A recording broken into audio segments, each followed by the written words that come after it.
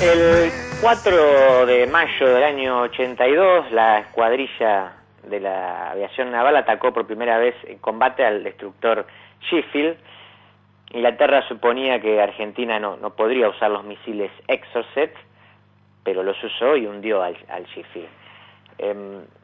Eso hacía suponer que si Argentina entonces impactaba sobre los portaaviones podría ganar la guerra, y a partir de ahí Gran Bretaña decide romper la zona de exclusión y atacar el continente. Los detalles de esa operación, que espero haberles contado bien, si no ya me van a corregir, es una operación que hasta ahora nunca había sido revelada, están en el libro que acaba de salir de Marcelo Larraqui. El libro se llama La Guerra Invisible, la historia jamás contada de la invasión británica al continente. Marcelo es periodista y es historiador, y tiene la deferencia de estar del otro lado de la línea. Marcelo, Dante Palma te saluda, buenos días. Hola Dante, ¿cómo estás? Buen día. Buen día. Bueno, espero haber contado bien el episodio, pero contámelo vos mejor, contame los detalles de la invasión y qué es esta revelación que vos haces en el libro. Sí, bueno, tiene mucho que ver con justamente la guerra invisible, es la guerra electrónica que se libró en el continente como centro de gravedad, como teatro bélico, ¿no? Sí. Argentina tenía 6 bases aéreas, una de ellas aeronaval en Río Grande, y el mejor arma que tenía, que estaba tecnológicamente al nivel de las fuerzas británicas, era el Superétendard. Tenía muy pocas, tenía 4 aviones, porque había comprado uno y uno más, pero lo utilizaban para repuestos. Tenía 5 misiles. Esta era una operación que acababa de realizarse. Argentina se la había comprado a Francia, por un lado los misiles y a otra fábrica los aviones, sí. Y no habían logrado ensamblarse el misil con el avión porque necesitaba unos coeficientes. Cuando esos coeficientes iban a la Comisión Francesa, iba a instalar esos coeficientes el 8 de abril, estalla la guerra y Francia se une al embargo financiero, económico y bloqueo de armas de la Comunidad Europea como socia o como aliada de Inglaterra, ¿no? Claro. Entonces el libro relata todo lo que intenta hacer Argentina para comprar en el mercado más misiles y además las operaciones de inteligencia que hace para conseguir los coeficientes. Y esto estaba en el centro de la guerra, al punto que Mitterrand le asegura a Margaret Thatcher que los misiles no pueden funcionar y que tampoco habrá fuga de nuevos misiles porque el presidente de la fábrica aeroespacial era justamente su hermano, el general Jacques Mitterrand, sí. Que no solo eso, sino que va a Londres y habla con Thatcher y le dice que esto no va a funcionar. Por eso, el 4 de mayo, cuando eso funciona, y en el libro está detallado cómo, también es una sorpresa para la Argentina, porque era la primera vez que el misil es probado en combate.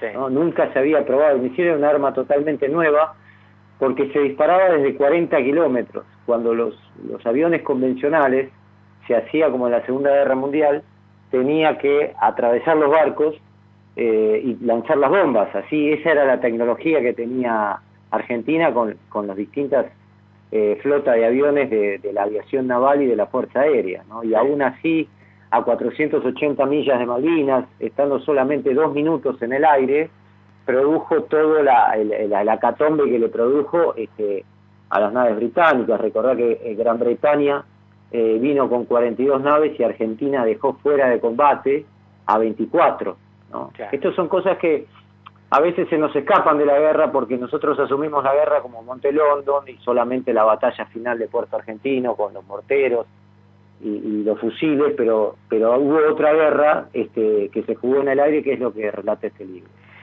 Entonces la historia es que Thatcher, cuando en Sheffield le disparan, Inglaterra se da cuenta que si otro misil llega a hundir el Hermes o el Invincible, que eran los otros 2 portaaviones, sí, que tenían toda la logística de guerra, Inglaterra no tiene logística para desembarcar, porque si vos podés desembarcar las tropas, pero si vos no le ponés los helicópteros y no le ponés los aviones para defender y los buques para defender ese desembarco no se puede realizar. Entonces esto cambia totalmente la ecuación de la guerra. El centro de la gravedad de la guerra cambia diametralmente con el Exocet hundiendo al Sheffield, y por eso toda la preocupación de Gran Bretaña, que no sabía en realidad cuántos misiles tenía la Argentina, ¿no?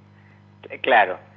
Sí, eso yo lo pude leer ahí en un fragmento de tu libro. Ahora, Marcelo, ¿y qué finalmente qué sucede? Si bueno, entonces está el plan de ingresar al continente. ¿Cómo es ese plan? ¿Lo logran, no lo logran? ¿Se frustra? ¿Por qué se frustra?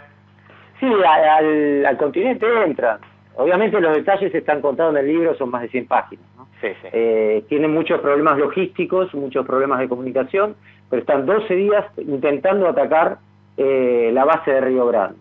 Ahora, el punto es que yo cuento las disidencias internas que tiene la jefatura del Service Air Special que envía esta patrulla al continente, y el jefe de la propia patrulla.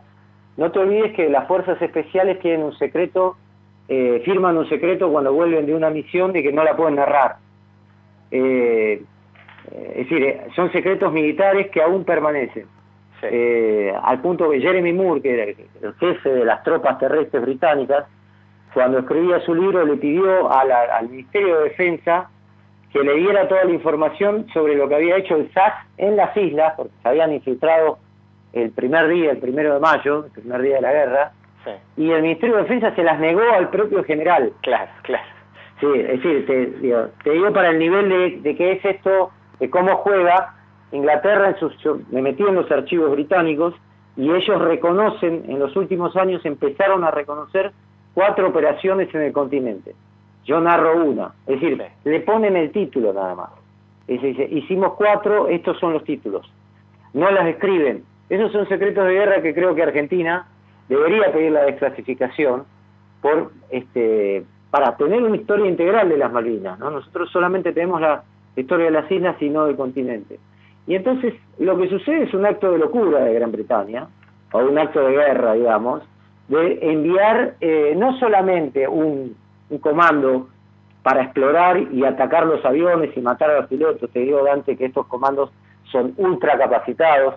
Para ser miembro del SAS, directamente los someten a torturas a los miembros del SAS para que aguanten la información. Si un día caen, no le provean información al enemigo. Es decir, claro. Es una de las fuerzas especiales más capacitadas del mundo, y para entrar al SAS solamente entran 20 soldados por año, ¿no? Es decir, sí.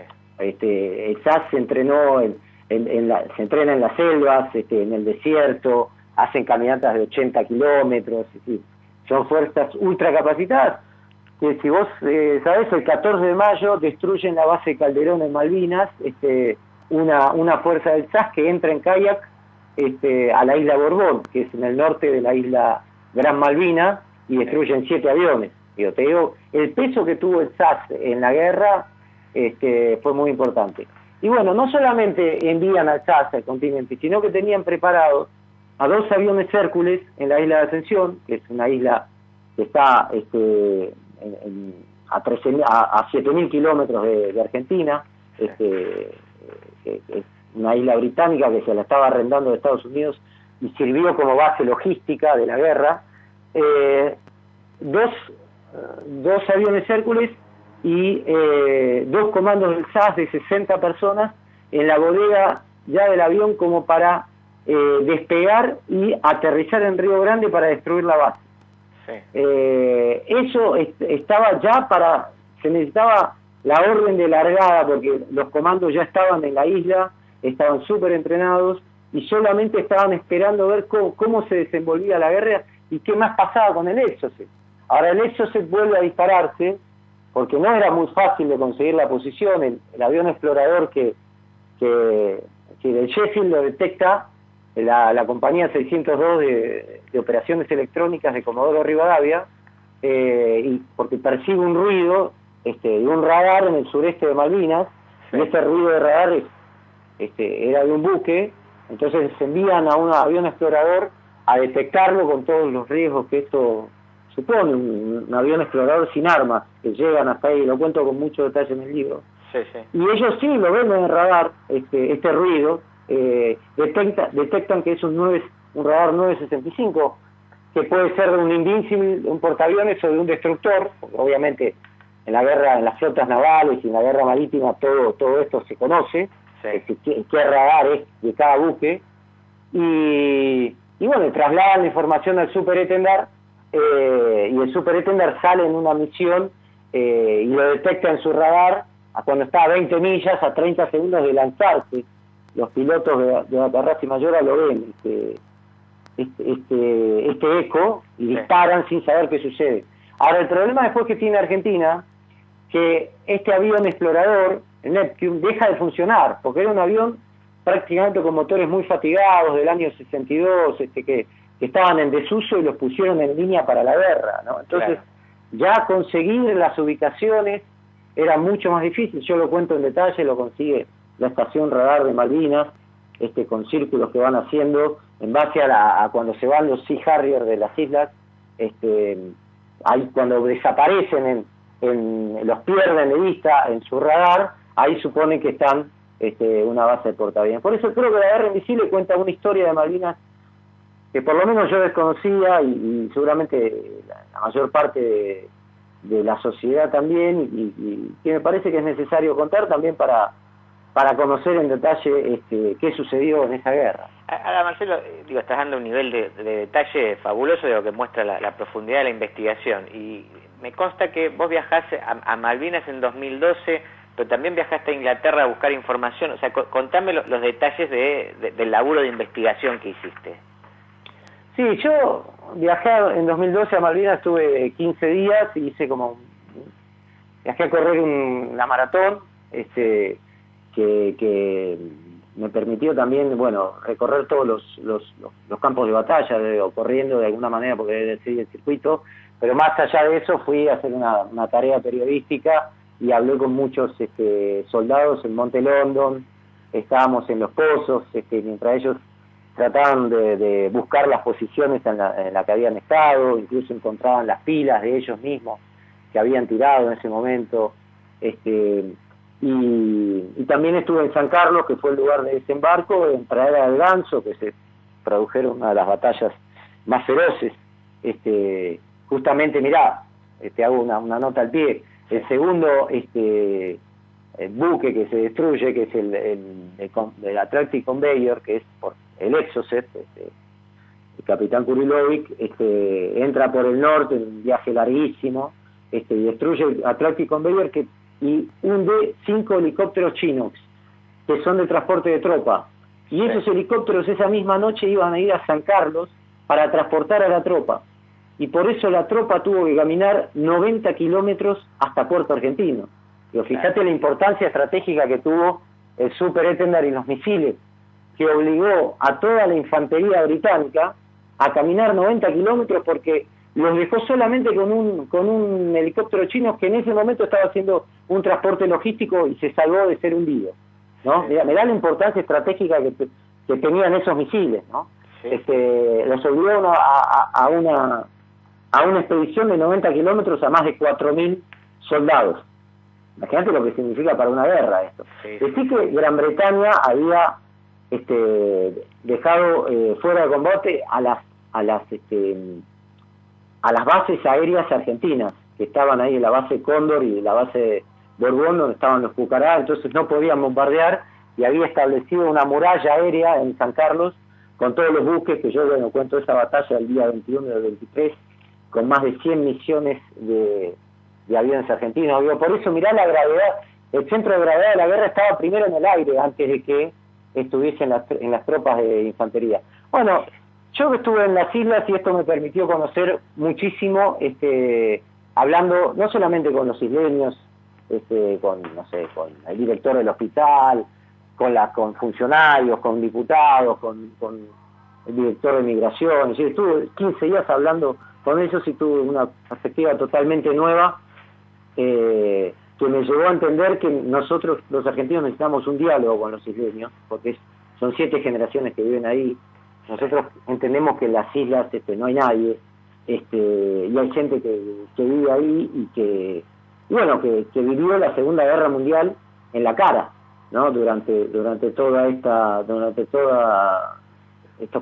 desde el 2 de abril en adelante, ¿no? Ellos estuvieron prisioneros, la mayoría de ellos, otros hacían de espías para las fuerzas británicas. Bueno, eso me permitió manejar un conocimiento territorial, digamos, que está escrito en mi libro Los 70, un siglo de violencia política, hice un capítulo, y también escribí una crónica en Los Días Salvajes, que es otro libro que publiqué el año pasado.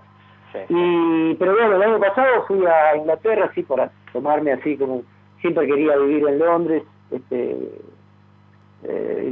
Yo en un tiempo viví en Europa y nunca siempre tenía la idea de ir a Londres, y por esas cosas no llegué a vivir ahí, y encontré un tiempo abierto. Digo, bueno, voy a ir a Inglaterra, voy a estar un tiempo ahí. Finalmente estuve 4 meses, la primera parte con mis hijos, estuvimos estudiando, etcétera. Pero bueno, yo me dedicaba a ir a las librerías y a las bibliotecas a buscar y pedir libros de las Malvinas, ¿no? De la guerra. Claro, antes que había infinidad de libros publicados, infinidad.